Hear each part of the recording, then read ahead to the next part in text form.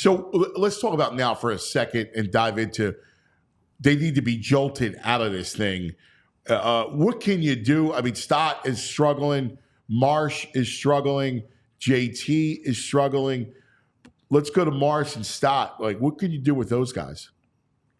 For me, I'm not touching Stott. I actually think Stott's at bats have been better, and I know the results haven't been there. He hit a couple balls hard last night. He's hit balls hard. To me, Marsh is, I think, where you start, and I do think I think Thompson's gonna make some lineup shuffling today. Like, I don't know what There's not a lot he can do. I mean, the roster is the roster, and it's not like if you're gonna bench Brandon Marsh for a couple days, fine. Like he hasn't made enough contact, and like we can call it what it is. I mean, it's not just like a slump now. I mean, this has been going on since May, really. I mean, the he had a great strikeout first numbers month. are just alarming.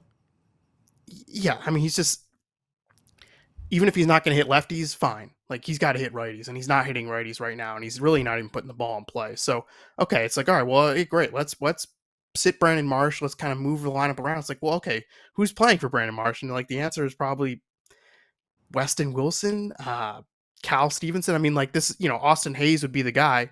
He's out. He cannot be activated until Sunday at the earliest with the hamstring. He might be ready by then, but I mean, right now the manager has, limited options in terms of like what he can do to shake it up. And I think that's why he has resisted shaking it up. He's not the kind of guy who likes to make change for change's sake, but I think that they have reached a point where it's like, okay, it's probably time to shake it up. We all silly like the mayor.